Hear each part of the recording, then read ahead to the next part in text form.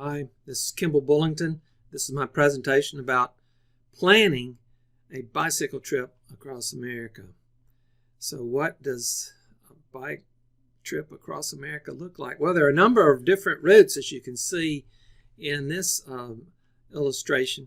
These are some of the most popular published routes. And I looked at a number of these. I'm going to focus briefly on 3 of them in a moment.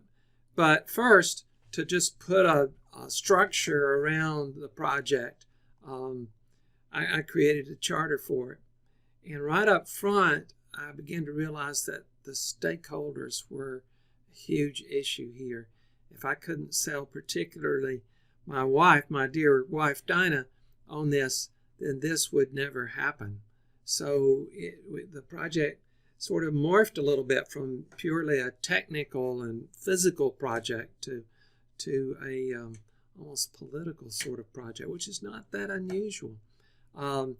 As I was scoping this out, I included a plan to ride across America, and very quickly said I'm going to do this not in a single summer, but over the course of several summers. And I chose in the scoping to include some trial rides, and I defined the appropriate trial rides. As it turns out, I may have over-scoped a little bit on this. Deliverables, for the most part, detailed plan and presentation, and that'll include a budget and, of course, the aforementioned trial rides. Risks and obstacles, these risks apply really both to the trip and to some extent to the plan as well. Of course, you're familiar with COVID, but I put my dad's health. That's my dad. I'm one of the primary caregivers for Dad right now, and so that involves sometimes unexpected time situations. So one of my favorite tools for planning any project is a cause and effect diagram. I didn't put this on here for the presentation. I actually use this to plan. So I often start off with the 6 M's: manpower, methods, materials, machines, measurements, Mother Nature. And I change people instead of manpower for probably obvious reasons. Processes is just a sort of a more modern word than methods. I use environment for sort of Mother Nature. But environment, I mean basically factors outside of your own system that affect your system, but are for the most part beyond your control. Then I made substitutions. One of my usual substitutions for materials is information. That seemed appropriate here. I'll often substitute technology for machines, but in this case it seemed pretty obvious after trying it a little bit that gear was the appropriate substitution. And that was after doing that originally with the sticky notes.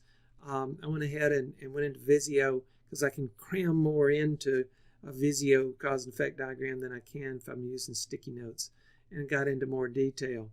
And then took a look at the cause and effect diagram, said what are the most important issues. The people issues really jumped out at me, and selling as a process. I had all these sort of bicycling processes, but well, it's really about making a plan, and the plan is headed towards a decision, so there's a selling process as well. Lights jumped out out of the gear, and you'll see that in a moment. So which route do you take out of all these different routes? And I'm going to show you a factor rating analysis in a moment, to where I looked at a number of the different routes, but I just want to summarize 3 of the most popular, ones most attractive. So there's the southern tier route, which is shorter than any of the other routes and has less climbing involved. 106,985 feet. That's the total amount of climbing that you do. That's not like from start to finish, because you start at sea level and you finish at sea level, but it's just the climbs, the ascents. And so that's somewhat attractive. A little on the boring side. I don't visit as many people on this route. here's an more interesting route. This is the Route 66 route plus a Chicago to New York City route tacked onto it. Substantially more miles, over 600 more miles, 40% more elevation climb. And then this one, which is a very interesting route. This is the Trans-America Trail, 4,218 miles and over 200,000 feet in ascents.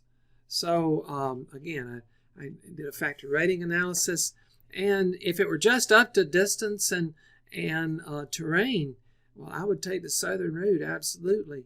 But I decided for my sake, the scenery, and I put down fellowship, and that basically means I have friends along the way, and just the story. What kind of story? Because after all, that's a big deal for me. And so after taking this into consideration, in assigning weights, it really picked out the one that where my heart was in the first place, which is the Trans-America Trail, the longest trail.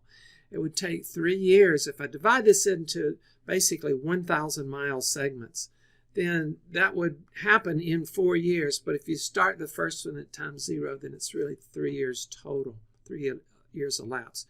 14 weeks in the saddle, and somewhere in the vicinity of $9,000.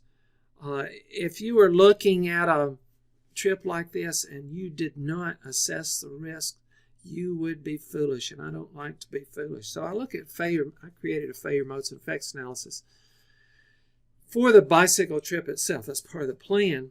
And if you look at the potential effects of the failure, a couple of them say danger, wreck, serious injury or death. Again, serious injury or death. And so I focused in on those and said, what should I do to minimize my chance of serious injury or death? And so one recommended action was add blinking lights. Another one was basically sort of timing your rides. Don't ride it after 6 p.m., even if it's still light, and seek shelter in the rain. Do some sort of checking of mountain passes. There's a potential that I'll go over high mountain passes during a time when there's still a possibility of heavy snow. So want to do that check. And if I do that, maybe I can minimize my risk. How much will it cost? Well, on the gear side, I've got camping gear, I've got biking gear, and then I have some recurring costs. This per 1K, that's per 1,000 mile segment. So this would be repeated: my transportation to get to the start of the route and get home at the end of the route, housing along the way, and food. So that's factored into the how much will it cost. When I tracked this, for the most part, I felt like I was pretty successful completing the entire project and the plan. If I hadn't tacked on those silly training rides, and I actually did one of them I've done so far, and I plan to do a 50-miler probably in the next week. But the 100-miler and the Natchez Trace really going to have to wait until after Thanksgiving, when I'm not constrained by class time. Because the Natchez Trace, I want to do it like start to finish. Because part of the purpose of that ride is to sort of feel what it feels like to be in the saddle, and then to be in the saddle, and then the next day, and the next day, and the next day. That's about an 8-day ride from the way that I'm planning it right now. So the Gantt chart was useful, at least in part, to remind me to keep doing what I need to be doing. Do I do this? Over 4,000 miles, 3 years, 14 weeks, $9,000. Do I do this? And a lot of it's going to come down to family issues. So lessons learned. The tools I used most often were the charter. And in the charter, I really focused probably for the first time on stakeholders. I hadn't really focused before, and on scope. Cause and effect diagrams really helped me to populate my work breakdown structure later on. Failure modes effects analysis really sort of tweaked my work breakdown structure, added a few factors, and added really some planning for gear. Factor rating was a critical tool in this project because there was a big decision on what route to go as part of the project. Gantt, I could have done this without Gantt. I think my Kanban board would have worked just fine, maybe even better than the Gantt. Family factors turned out to be a big issue, and a big issue that it was first identified in the cause and effect diagram, but really didn't come to play until I actually talked with one of the stakeholders, which is what you should do in a project. Presentation issues wasn't as easy for me to really show all of the factors. I didn't show work breakdown structure, even though it was actually a very important tool. But it's basically I'd used Word and did an indented outline. So to me, it was a successful project. For the most part, completed it on time, and it will help me to make a decision that is important to me.